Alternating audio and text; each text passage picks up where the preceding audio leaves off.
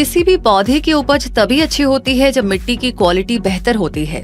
सही फसल के लिए सही मिट्टी तैयार करना हमेशा ही बेहतर माना जाता है। आजकल जो प्रोग्रेसिव किसान है वो हमेशा ही फसल बोने से पहले खेतों की मिट्टी टेस्ट करवा लेते हैं कि मिट्टी किस सिचुएशन में है और वो बीज और पौधों को बेहतर पोषण दे पाएगी या नहीं। तो देश की धरती तभी सोना उगलेगी जब उसकी उर्वरक क्षमता बेहतर होगी। आज क्विक सपोर्ट आपको बताएगा कि खेती के लिए मिट्टी कैसी है, इसका पता आप कैसे लगा सकते हैं। मिट्टी की गुणवत्ता का कैसे पता लगा सकते हैं, इससे पहले जानते हैं कि इंडिया में किस प्रकार की मिट्टी किस प्रकार की फसल के लिए बेहतर है। सबसे पहले बात करते हैं अलुवियल सॉइल की। देश की टोटल लैंड का लगभग 35% हिस्सा यानी कि 35% हिस्सा इसी मिट्टी से ढका हुआ है। ये वाली मिट्टी ज्यादातर नॉर्थ इंडिया में पाई जाती है। इसमें फास्फोरिक एसिड और ऑर्गेनिक मैटर्स ज्यादा होते हैं, पर नाइट्रोजन और पोटाश की कमी होती है। कॉटन, वीट, बाजरा, चना, सोयाबीन और किसी भी तरह के तेल वाले बीज और फल सब्जियां इस मिट्टी में उगाई जाती है। अगला है ब्लैक सॉइल। इसे कॉटन सॉइल भी कहते हैं। तेलंगाना, महाराष्ट्र, आंध्र प्रदेश, मध्य प्रदेश और गुजरात में ये मिट्टी ज्यादा मिलती है। चावल, गन्ना, गेहूं, ज्वार, सनफ्लावर, स्वाद में खट्टे फल और सब्जियां उगाने के लिए ये मिट्टी बहुत ही उपजाऊ मानी जाती है। अगली है रेड एंड येलो सॉइल। ये मिट्टी छत्तीसगढ़, उड़ीसा और वेस्टर्न घाट वाले हिस्सों में मिलती है। इसमें रेत काफी होती है और पोटाश भी। चावल, गेहूं, रागी, गन्ना, आलू, आम, संतरा और सब्जियां उगाने के लिए ये मिट्टी बेहतरीन है। अगली है लेटराइट सॉइल। कर्नाटका, तमिलनाडु, केरल, मध्य प्रदेश, ओडिशा और आसाम में ये मिट्टी पाई जाती है, जो कॉटन, चावल, गेहूं, चाय, कॉफी, नारियल, रबर, काजू जैसी फसल के लिए बेहद अच्छी मानी जाती है। इनके अलावा भी arid soil, mountain soil, desert soil जैसी मिट्टियों की प्रजातियां भारत में मौजूद है। डेजर्ट सॉइल यानी रेगिस्तानी मिट्टी में मिलेट और बार्ली उगाई जाती है। पहाड़ी मिट्टी चाय, कॉफी, मसाले और ट्रॉपिकल फ्रूट्स के लिए अच्छी मानी जाती है।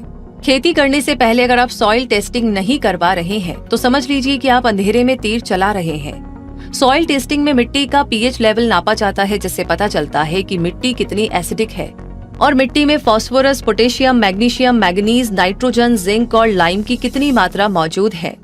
किसानों को कम से कम साल में एक बार सॉइल टेस्टिंग तो जरूर से करवानी ही चाहिए, ताकि मिट्टी की उर्वरता का पता चलता रहे और मिट्टी में जिस भी किसी चीज की कमी है उसे दूर किया जा सके। मिट्टी का नमूना फसल की कटाई के बाद और बीज बोने के 1 महीने पहले लेकर सॉइल टेस्ट करवा लेना चाहिए, ताकि समय रहते रिजल्ट मिल जाए और जरूरत के मुताबिक खेत को तैयार किया जा सके। मिट्टी का नमूना लेने के लिए आपको कुछ बातों का ध्यान रखना चाहिए, जैसे कि जहाँ पर खाद का ढेर है, जहाँ से सिंचाई की नाली बहती हो, जहाँ केमिकल डाला गया हो, वहाँ से सैंपल लेना चाहिए।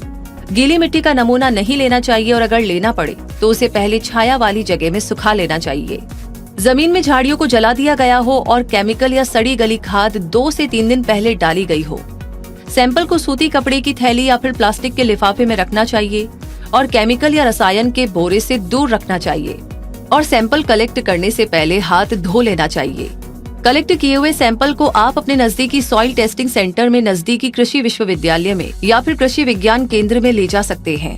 वैसे मिट्टी की उर्वरक क्षमता को बनाए रखने के लिए कुछ उपाय भी हैं, जिन्हें अपना करके आप मिट्टी को एक सेहतमंद जिंदगी दे सकते हैं। पहला है कि मिट्टी की घटती नमी मिट्टी की लाइफ को कम कर देती है, इसलिए सिंचाई जरूरी है ताकि नमी बनी रहे, जिससे बीज और पौधों की ग्रोथ अच्छी रहेगी।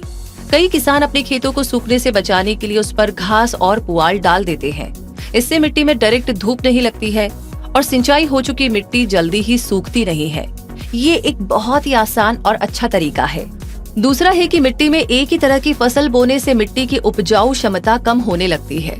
इसीलिए अगर आपने धान, गेहूं, भुट्टा या कोई और फसल की कटाई कर ली है तो उसके बाद कोई ऐसी फसल लगाइए जो मिट्टी की उर्वरक क्षमता बढ़ाती है, जैसे आलू, टमाटर, गाजर, मटर, मूली, पत्ता गोभी जैसी सब्जियां मिट्टी की फर्टिलिटी को बढ़ाती है। तीसरा है केमिकल फर्टिलाइजर्स का बहुत ज्यादा इस्तेमाल होने से भी जमीन को लॉन्ग टर्म में बहुत नुकसान होता है। इसीलिए सब्जियों के छिलके, पेड़ों की पत्तियां और गोबर से बने ऑर्गेनिक खाद का इस्तेमाल आपको फायदे में रखेगा। वैसे भी मार्केट में ऑर्गेनिक प्रोडक्ट्स की बढ़ती डिमांड के चलते ऑर्गेनिक फार्मिंग का ट्रेंड बढ़ता ही जा रहा है।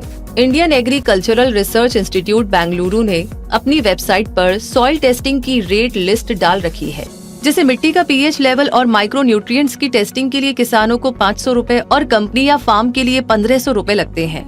अगर आप गूगल पर सॉइल टेस्टिंग नियर मी डालेंगे तो आपको अपने नजदीकी सेंटर का पता चलेगा जहां पर आप ये काम करवा सकते हैं। मिट्टी कितनी उपजाऊ है और उसमें कितने ऑर्गेनिक पदार्थ हैं, इसका पता लगाने का भी एक आसान तरीका है। आप जिस भी जमीन में खेती कर रहे हैं उसमें 6 इंच तक मिट्टी खोदिए और देखिए कि मिट्टी में कितने केंचुए हैं। अगर 3 से 5 केंचुए दिख गए तो समझिए कि मिट्टी फसल उगाने लायक है। अगर केंचुए कम है तो आपको उस पर काम करना होगा। अगर आपके आसपास सॉइल टेस्टिंग सेंटर नहीं है तो कोई बात नहीं, आप गवर्नमेंट की मदद से ऐसा एक सेंटर खुद खोल सकते हैं। सेंटर खोलने में लगभग 5 लाख रुपए का खर्चा आता है, जिसमें 75% यानी कि 3,75,000 रुपए सेंट्रल गवर्नमेंट देती है। सॉइल हेल्थ कार्ड स्कीम, यही वो योजना है जिसमें 18 से 40 साल का कोई भी व्यक्ति ये काम कर सकता है। सॉइल टेस्टिंग लैब या मिट्टी जांच प्रयोगशाला 2 तरह की हो सकती है। पहला कि आप कोई जगह या दुकान किराए पे लेकर खोल सकते हैं, और दूसरा मोबाइल सॉइल टेस्टिंग वैन जो कहीं भी जाकर मिट्टी की जांच करके किसानों को रिजल्ट दे सकती है। तो उम्मीद करते हैं कि इस वीडियो ने आपकी काफी हेल्प की होगी सॉइल टेस्टिंग को समझने के लिए। कैसी लगी ये जानकारी, कैसा लगा ये वीडियो, कमेंट बॉक्स में लिख करके जरूर बताइएगा।